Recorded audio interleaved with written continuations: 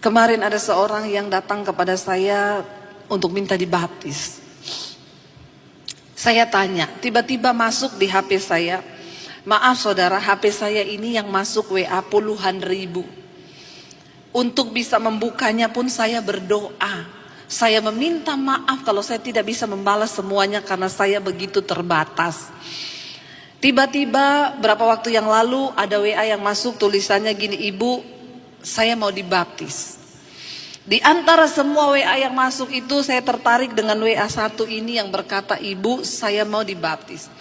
Saya langsung balas karena saya tahu orang minta dibaptis itu berarti dia mau bertobat. Lalu saya balas, "Oh iya, asal gerejanya dari mana? Kenapa mau dibaptis?" Dia balas, "Saya tidak ke gereja karena saya bukan orang Kristen." Dia dari seberang. Saya tanya, "Kenapa mau dibaptis?"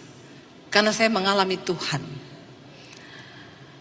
Jadi saudara, ketika dia mencari Tuhan, diawali dari papahnya meninggal, lalu dia berpikir bahwa dengan dia sembahyang buat bapaknya 5 waktu itu bisa menyelamatkan bapaknya. Semakin dia cari, semakin dia berdoa. Dia berkata, "Kalau memang dengan saya sembahyang 5 waktu bapak saya bisa selamat, saya akan melakukan 10 waktu, bukan 5. Lalu dia mulai bertanya, apakah Tuhan itu benar-benar ada? Apakah sorga itu benar-benar ada, neraka itu benar-benar ada setelah saya mati?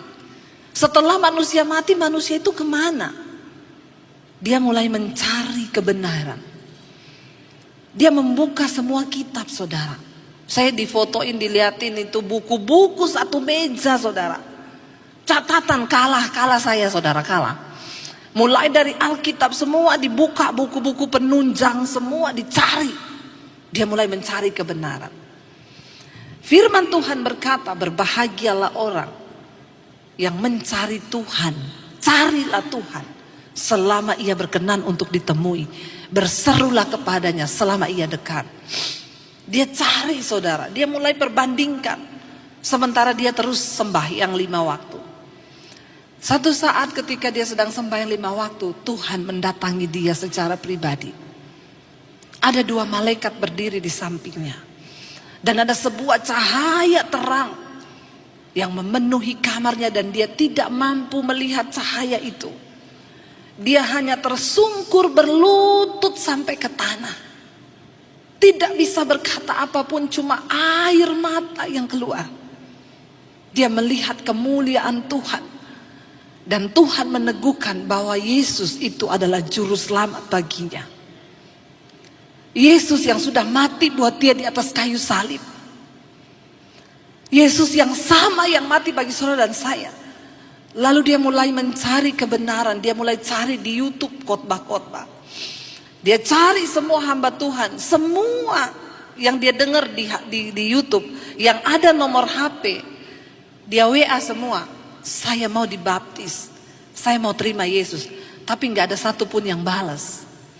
Tapi setiap hari suara itu datang berkata, "Kamu harus segera baptis. Serahkan hidupmu kepadaku." Tiap hari dia nangis, tidak bisa tahan hadirat Tuhan yang begitu kuat.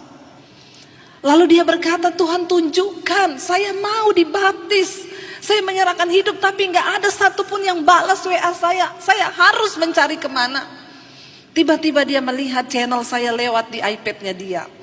Lalu dia klik, dia dengerin khotbah saya, ada nomor HP, dia coba hubungi. Dan hari itu juga 5 menit dia WA saya langsung balas. Akhirnya saya minta dia kirim KTP, saya telepon saudara. Dan akhirnya kami ketemu. Dan beberapa hari yang lalu dia sudah dibaptis menerima Yesus sebagai Tuhan dan Juru Selamat.